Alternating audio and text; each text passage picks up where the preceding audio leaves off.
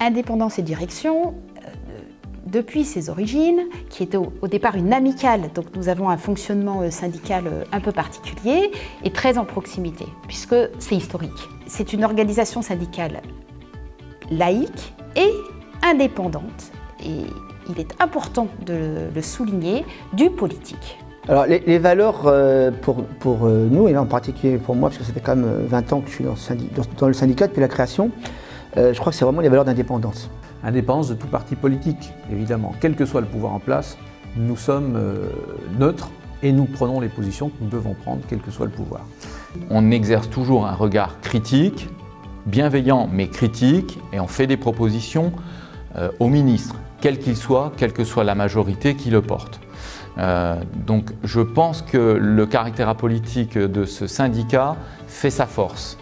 C'est un syndicat qui ne travaille pas dans la cogestion, ce qui lui permet d'avoir des revendications qui ne sont pas forcément, qui vont à l'encontre des décisions ministérielles ou qui les remettent en question.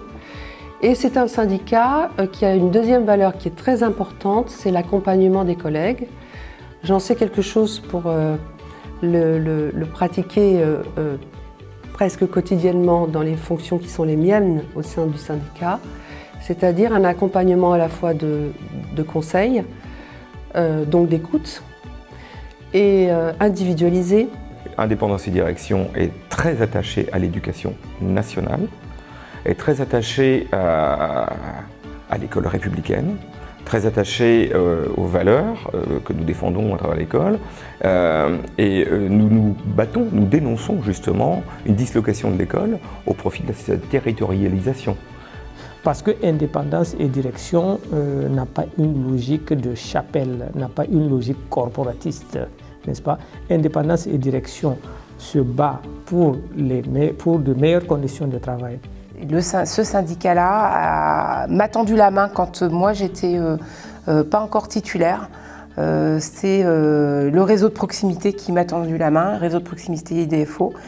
Et c'est pour ça que je m'y suis attachée. IDFO a une valeur essentielle que l'on ne trouve pas ailleurs, c'est la solidarité et la reconnaissance des uns et des autres, quel que soit leur statut.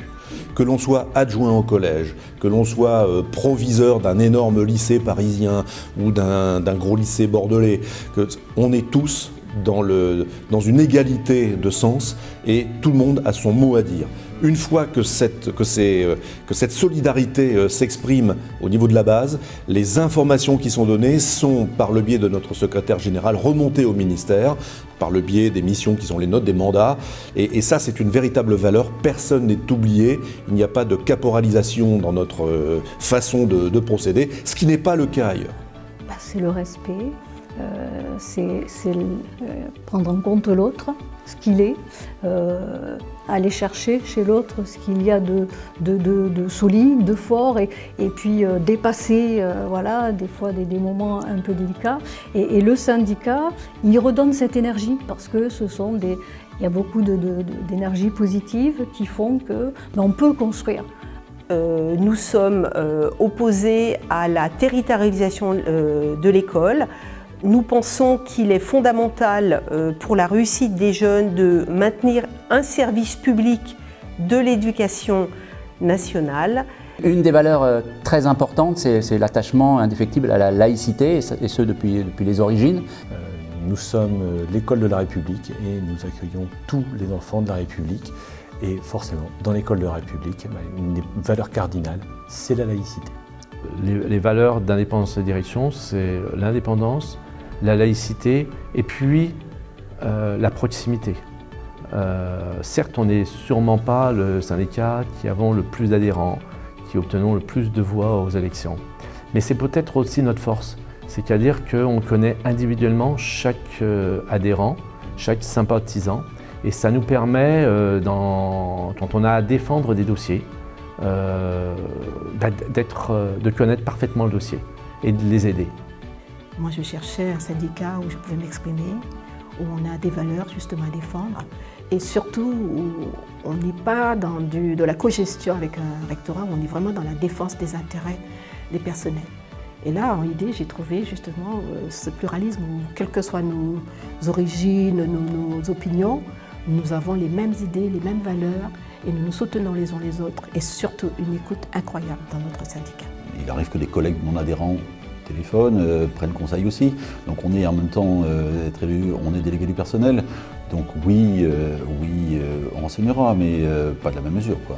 Effectivement, un adhérent, oui, il nous donnera son dossier, on pourra échanger, on pourra voir quelle a été sa carrière et on pourra le conseiller sur ses vœux, sur ses souhaits, sur les stratégies à mettre en place pour aboutir in fine à avoir la mutation qu'il souhaite. Et la mutation, en se posant la question, est-ce que c'est une mutation géographique qui est souhaitée ou est-ce que c'est une mutation plus en termes de catégorie d'établissement? C'est tous ces points-là qu'on va évaluer et on va pouvoir être à même de donner des conseils.